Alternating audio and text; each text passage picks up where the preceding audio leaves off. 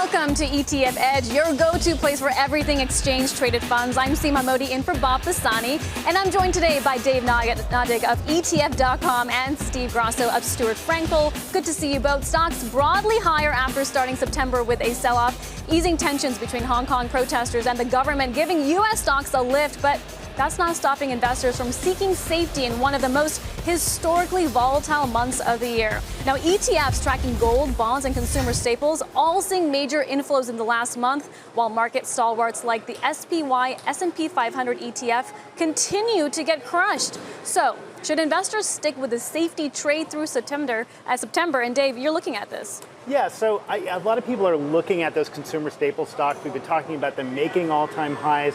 I get nervous about leaning hard into consumer staples because the definition isn't what we think it is. It's tobacco, it's retail. I think people should be looking at other ways to play defense.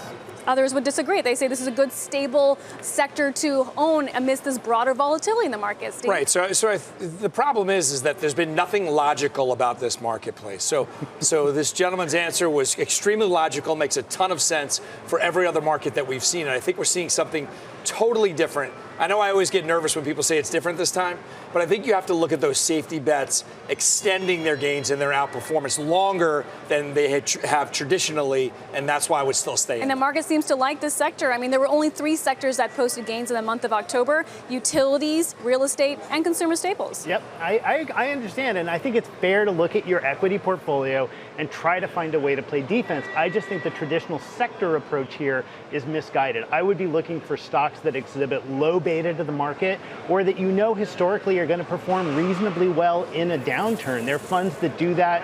The Invesco Defensive Equity ETF, DEF, is one way to play that. It's done quite well over the last year, while the S&P is up a couple percent.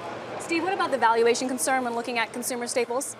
So I wouldn't, if you overlay historic valuation issues or historic values, then you're going to have a problem buying them. You're going to have to hold your nose and buy them. But I would say that you could pass through and just go to utilities, which are overvalued as well, but they continue to outperform. If you want to talk valuation, how do you figure out valuation on something like gold or GDX, that the miners? So basic fundamentals, you just can't apply them I think to you the throw market out right fundamentals. now, at least some of these sectors. You know, unfortunately and fortunately, as a trader, you get to throw out fundamentals when you want, when they work, when they set to your narration. But for me, the story is go with what's working because nothing has changed. I don't have any edge on Brexit. I don't have any edge on China trade.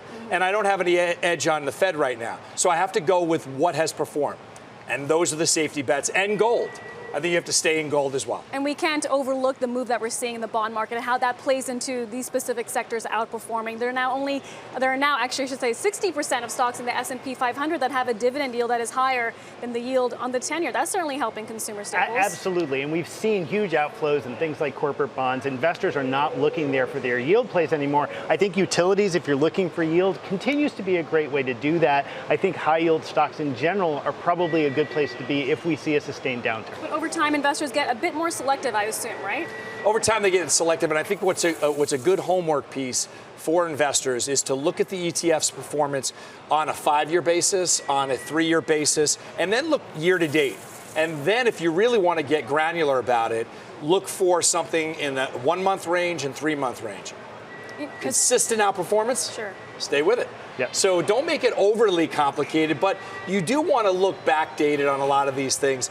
Obviously, technology space has outperformed for the last 5 years. It's such a big portion of the S&P. It can't help but outperform and underperform in good times and in bad times. Although it just lost its lead to real estate, which is now the top performing sector for this year. Right. I mean, that's kind of a big deal, right? It is a big deal, but I think investors should be really careful about trying to chase these things. One thing I think we could probably all agree with, the wrong thing to do as we start seeing some of this negative economic data is to pull the ripcord and say, I'm just going into cash. Investors are terrible at making those kinds of timing decisions. I would argue chasing something like real estate because it's had a good quarter, also a terrible timing decision for most investors. Think about the beauty of ETFs. You don't have to worry about an explosion in one name, right? A blow up in one name.